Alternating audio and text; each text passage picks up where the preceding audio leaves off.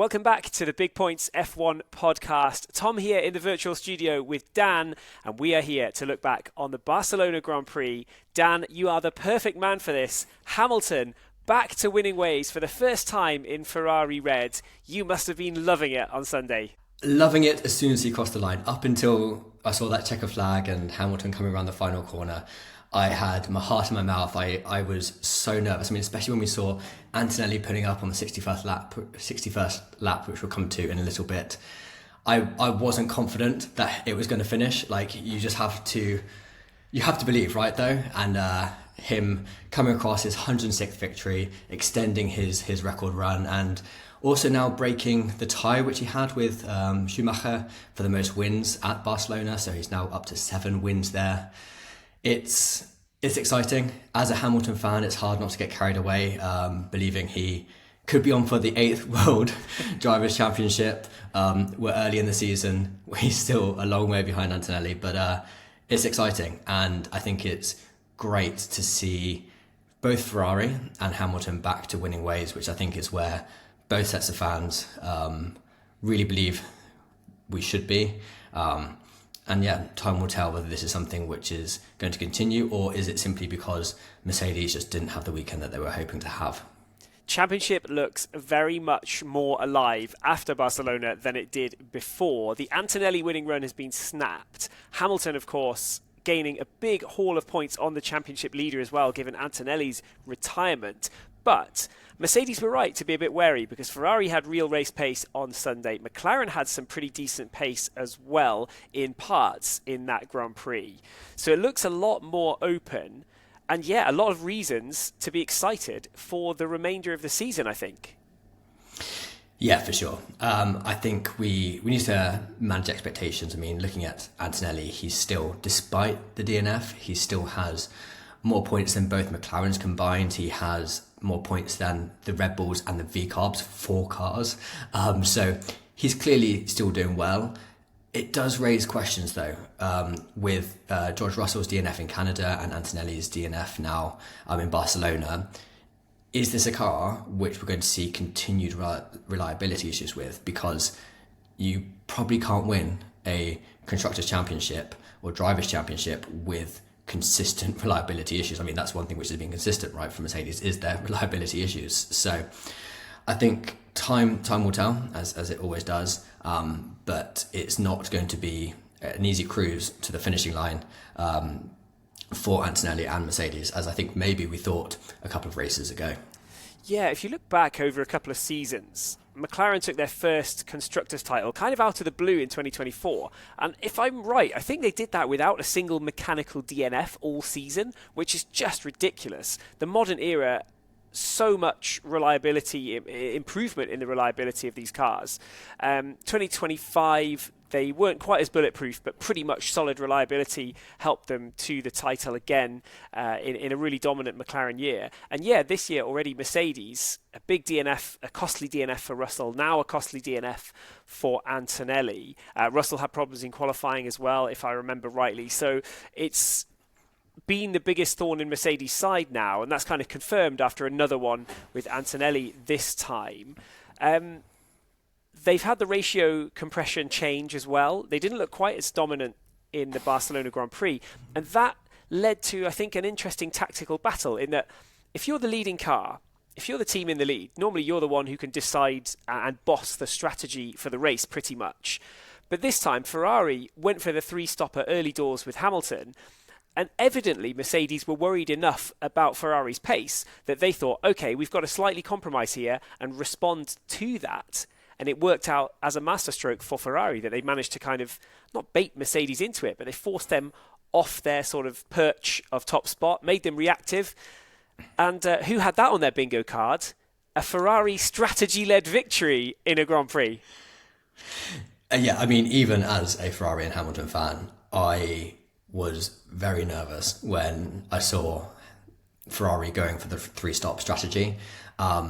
It didn't seem crazy. It seemed reasonable. But when you look at the other decisions by the other constructors and they're making different ones, that's when it starts to ring alarm bells, especially the top teams. You can kind of understand back markers trying something different because, yeah, that's maybe what's going to separate you. But yeah, it made me nervous, and ultimately it paid off. What I'm interested to see is whether this kind of prompts Ferrari to try things differently again in the future, which could be a bit scary because there's a reason that most teams follow the same kind of setups for kind of 1 stop, 2 stops, 3 stops for certain tracks. It's because it works, and it's because it's what the data shows. But again, this year, Pirelli bringing in slightly softer tyres, which we saw how quickly they're degrading.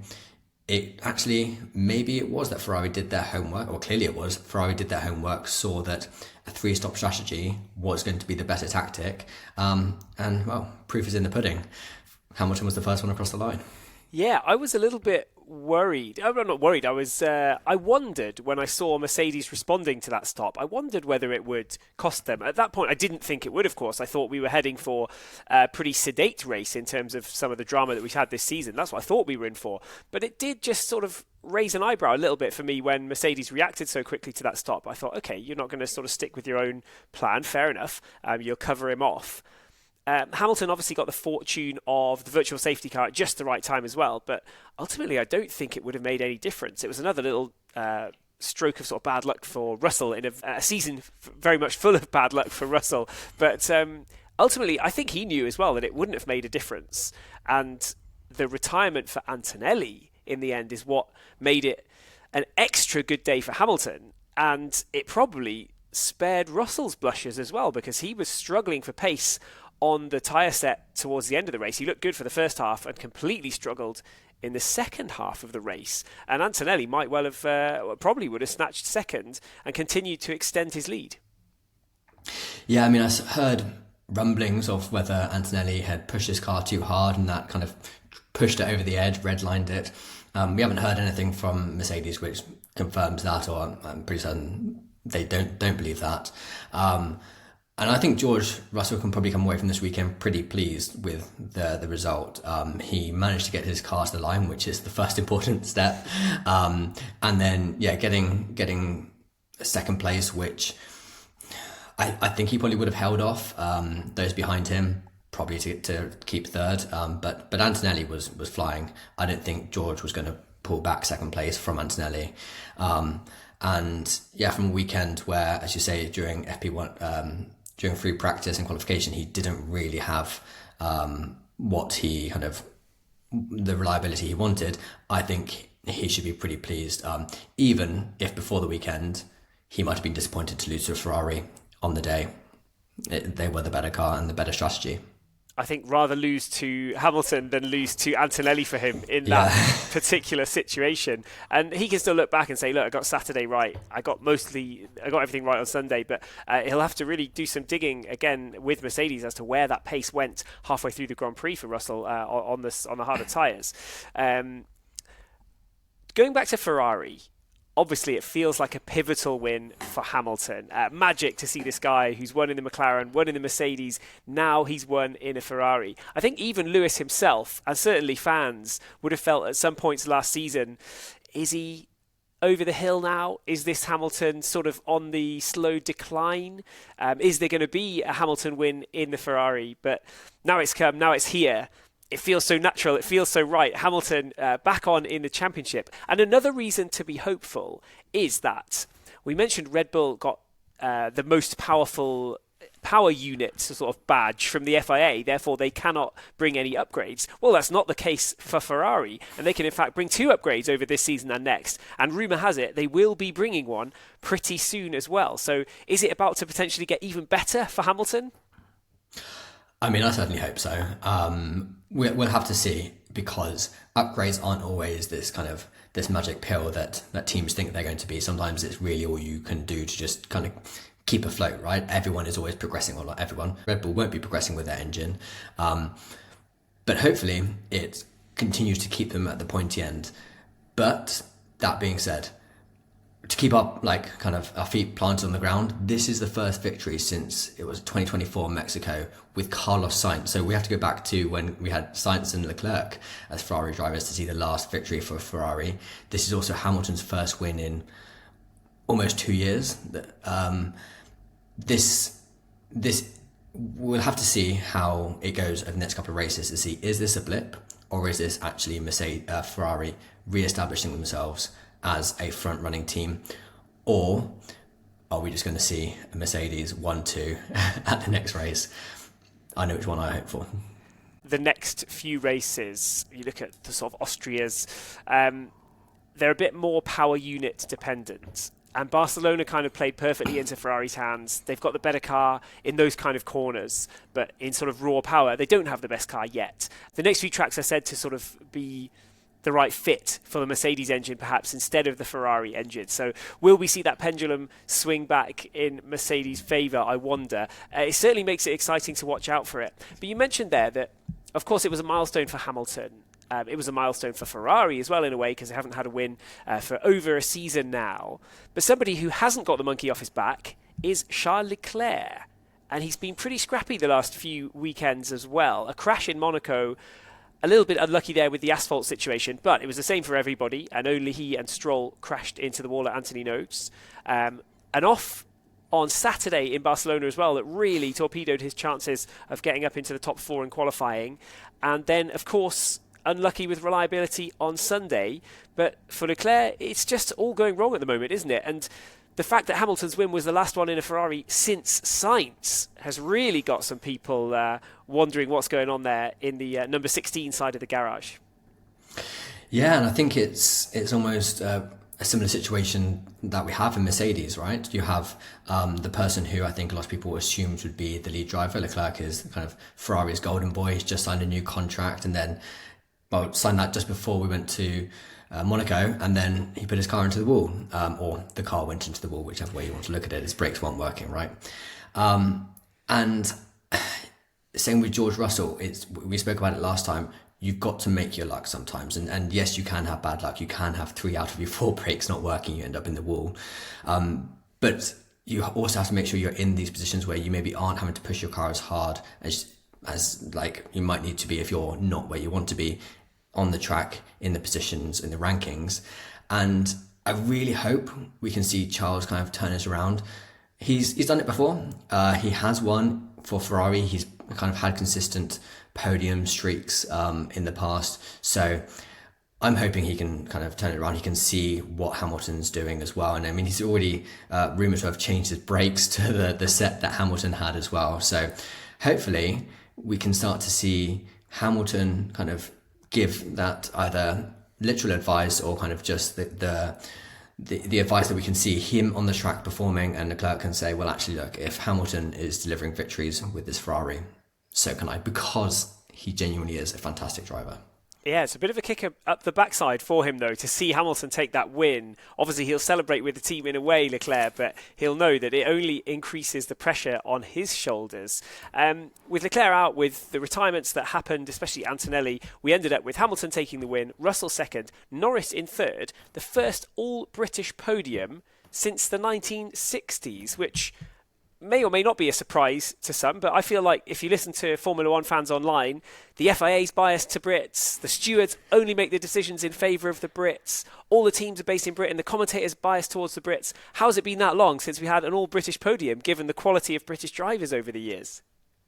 I had to double check that fact. I couldn't quite believe it, because I agree, like it does feel, especially being British myself, I think I'm always kind of often rooting for the British drivers. Not necessarily the biggest Lando Norris fan, but it's surprising that we haven't had an all-British podium since 1960s. But maybe this is the year that it's going to start changing. And goodness knows, if we start to see British podiums left, right, and centre, then yeah, the media, or rather online forums, are going to be having an absolute field day for how much the media are going to be talking about the Brits.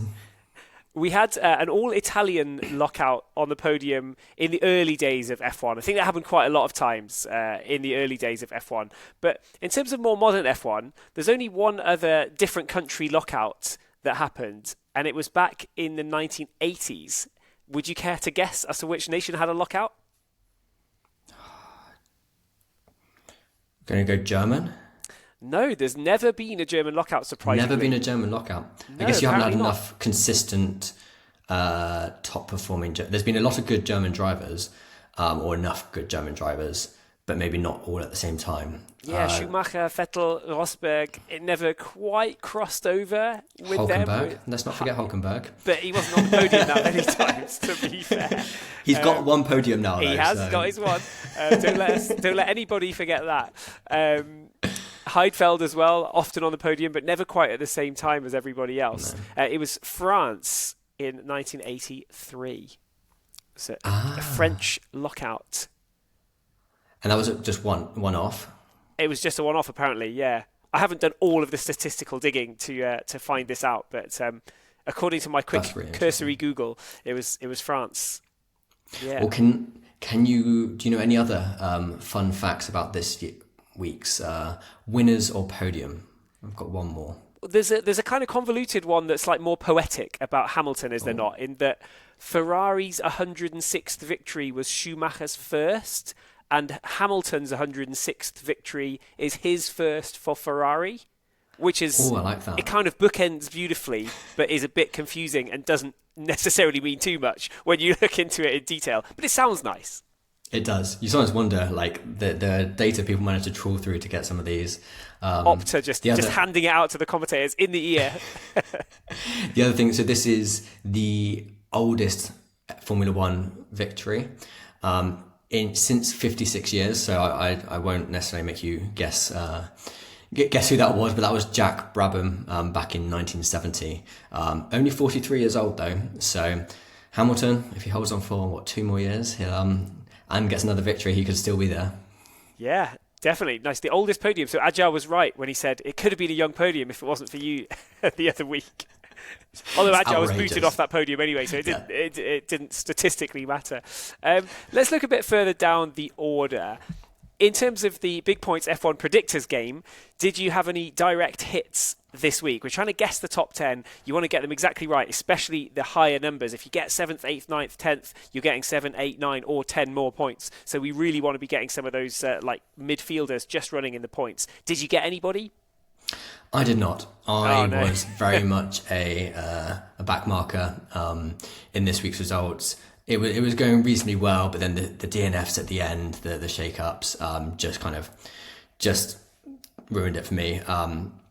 Leclerc crashing out and kind of shuffling everyone up one position moved a lot of my predictions out by one. I mean, we then had further penalties, right, from Colapinto, etc. So it wasn't a good week for me, but fortunately, I watched the race, saw Hamilton get his trophy, and then I turned off the TV. So That was enough for me. Just watching that, I will take backmarking the Predictors Championship if Hamilton wins every week.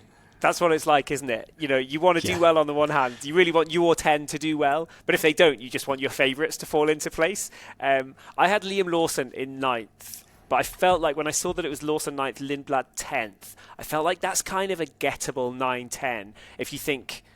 Do you know what I mean? I felt like that's more gettable than sometimes when it's really mixed up, when there's 2 V-carbs there together, and I thought, somebody else is going to have that. And indeed, our top 3 this week did have Lawson 9th and Lindblad 10th and got a massive stack of points. I don't even want to think about whether Nico Hülkenburg would have finished 10th or not, because he's the guy I had in 10th, and he suffered probably the most unlucky retirement that I've heard of in years. I could not believe that this was a real thing. It sounds made up, right? He was driving along and a piece of gravel from the car in front was kicked up and landed on the kill switch. Now, first of all, I understand the need to have these kill switches, but it seems crazy that it's in a place that can actually be hit by a piece of gravel. The only thing I think for Hülkenberg that was fortunate, if you want to call it that, was that he was so close to the pit entries and he was able to roll it in.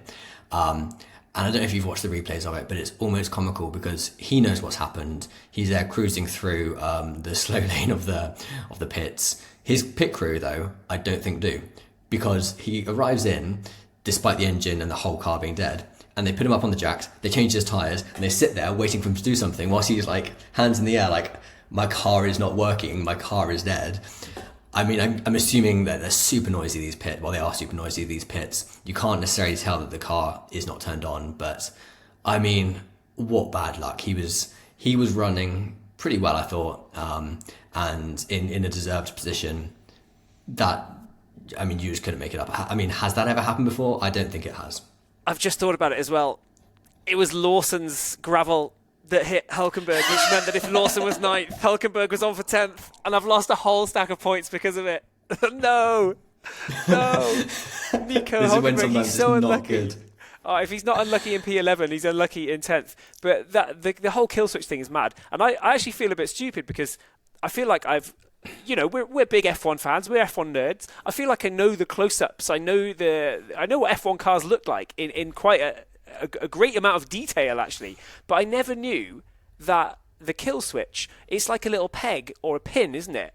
You could see it. They showed it on the Audi afterwards. It's like a peg that's been bent by the gravel that's hit it. So it's literally sort of pulled it out like a grenade pin almost. And I never thought that it was that. I thought it was like a button which was marked by it's obviously clearly marked so the marshals know how to turn the car off or sort of get rid of the electrics or whatever they need to do in the scene of an accident. But I didn't know it was a peg. I thought it was a button. So it was like you couldn't hit it. The only thing I can think of that comes remotely close to that is I remember an unconfirmed one with Nigel Mansell in the early 90s. I think it was at Canada when he came round the final hairpin and then turned his own car off by accidentally. I think he sort of got a flag out or like punched the air and knocked the kill switch for like an old like metal lever inside the car. But he never officially confirmed whether he did that or not. Because I guess at the time he was a bit too embarrassed. So they just said, we don't know what it was. But everyone knows it was that. And I think this is the fun thing, right? Like, so often in many sports, you get these bizarre instances which kind of allow even the most insight. Like, it's so interesting, these situations where across all sports, you get opportunities to learn things which even the most knowledgeable sports fan may not have heard about before. As you say, we're pretty ardent Formula One fans, and yet, if you'd have asked me to press or pull or engage the kill switch, I wouldn't have actually known where to be pushing. So I've learned something to the detriment of Hülkenberg, but it's one of those things which you wonder what's going to happen. What's going to happen at the next Formula One? Are we going to suddenly see all these protectors around the around the kill switches? Probably not. I mean, it'd be interesting to see what the FIA's rules are on it, because I'm sure someone's going to be having a word and saying that we need some sort of protection on it. Yeah, I think they'll just chalk it up to a kind of 1 in a million thing for Hülkenberg rather. 1 in a million results. It felt a bit like that for Perez getting into the points before his penalty in Monaco. I kept an eye on Perez this weekend. You didn't see much of him on the world feed of the F1, but still, with everybody's retirements, with everything going on ahead, Perez was still there, kind of running around, kept the car going to the finish, there to pick up the pieces if anything fell his way. It was another weekend of pretty high retirements, but my fear from Monaco was that even with a lot of retirements, if Perez does really well to pick up the pieces, he's still likely to be sort of 13th, 14th at best. And indeed, I think even with all the retirements this weekend, he wasn't even inside the top 15. So chances of scraping another point in that Cadillac looking pretty bleak, I'm afraid. Yeah, no, I mean, I think that the writing was on the wall when he qualified P19, 3 seconds down on the fastest qualifying time, which, you got to be in it to win it. He made it to the finish line, but I'm not confident that we're going to see a lot more from Cadillac this season. But I mean, he got to finish. Bottas didn't in the other Cadillac, and he has been outperforming Bottas. So I'm hoping that at least it's something which they can build upon for next year, because Perez is a good driver, right? And actually something which was interesting is Perez was often hailed as like kind of the tyre whisperer, especially in his previous teams. And the Cadillac, the tyres might as well be melting off that car. They started on the softs and barely lasted a handful of laps. So the Cadillac, I think, has a long way to go. I don't think it's necessarily all down to Perez. And I think one thing which is encouraging, if we're going to kind of say something positive about it, is he got to the finish line. But I can't see we're going to be saying much more this season about him. Yeah, they're still in their infancy, and I suppose every finish counts as a bonus for them of some sorts. It's more data to pick up. It's something for them to work with, isn't it? But still a pretty long way back. Aston Martin as well. I'm here repping Aston Martin today. They're still waiting as well for this upgrade. Bearing in mind, earlier on in the season, people were like, when are you going to bring your first upgrade? What are you doing? And they're like, look, if it brings 0.4, 0.5 seconds, which other teams would kill for, by the way, they're just like, no, if it brings half a second, we're not going to bother. We need an upgrade that's going to bring like 3 seconds. And if it doesn't do that, we're not going to bother like executing it and actually bringing it onto the car. So, we watch out with bated breath for when that Aston Martin upgrade comes. We've got the summer break coming up pretty soon. So, let's see if something happens there. But these next 3 tracks, expected to favour Mercedes. Does it mean we're back to Antonelli dominance? Can Russell find some pace from somewhere and get his title chances back alive again? Is Hamilton right in the mix right now? There's a lot to look out for, and it's going to be good to see. Yeah. And for me, it comes down to those 3 drivers you talk about there. I think for the Mercedes duo, so for Russell and Kimi Antonelli, it's really, can they get the car to the finish line? Because those 2 drivers are great drivers. It's going to be a little bit about the reliability, but I'm pretty confident we're going to see 1-2 qualifications from them. And if they can get it to the finish line, I think they're likely to be winning or sharing the victories for the next 3 races. Hamilton, I think, is best of the rest. And so he has that experience. I think we're going to see a few more podiums.